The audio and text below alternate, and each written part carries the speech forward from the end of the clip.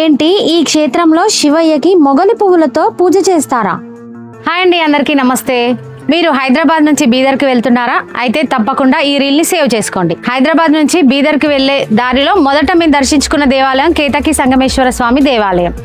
కేతకి అంటే మొగలి పువ్వు. మొగలి పువ్వులు అసలు పూజలకు పనికిరాదు, కానీ ఈ దేవాలయంలో శివయ్యని మొగలి పువ్వులతోనే పూజ చేయడం జరుగుతుంది. ఇక్కడ శివలింగాన్ని ఏకంగా బ్రహ్మదేవుడే ప్రతిష్ఠించాడు. కేతకి సంగమేశ్వర స్వామి ఆలయాన్ని మనం దర్శనం చేసుకుందాం. మీరు కూడా తప్పకుండా ఈ ఆలయాన్ని సందర్శించండి. పదండి, మనం స్వామిని దర్శనం చేసుకుందాం. హైదరాబాద్ నుంచి కేవలం 124 కిలోమీటర్ల దూరంలో సంగారెడ్డి జిల్లాలోని జహీరాబాద్ మండలంలోని జరాసంగంలోనే ఉంది శ్రీ కేతకి సంగమేశ్వర స్వామి ఆలయం. సంగారెడ్డి జిల్లాలో ఉన్న ఈ పురాతన క్షేత్రానికి ఒక గొప్ప చరిత్ర ఉంది.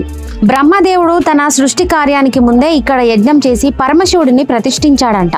ఒక శాపం వల్ల శివ పూజకు దూరమైన మొగలి పువ్వు ఇక్కడ స్వామి వారిని పూజించి శాప విముక్తి పొందింది. అందుకే ఇక్కడ శివుడిని కేతకి పుష్పాలతో పూజిస్తారు. ముఖ్యంగా ఈ ఆలయంలో మహాశివరాత్రి పర్వదినాన లక్షలాది మంది భక్తులు తరలి వస్తుంటారు. కోరిన కోరికలు తీర్చే బోలాశంకరుని దర్శనం చేసుకుంటారు. గర్భాలయంలో శివయ్య బాణాలింగాకృతిలో ఉండి అలాగే అమ్మవారు మనకు దర్శనమిస్తూ ఉంటారు.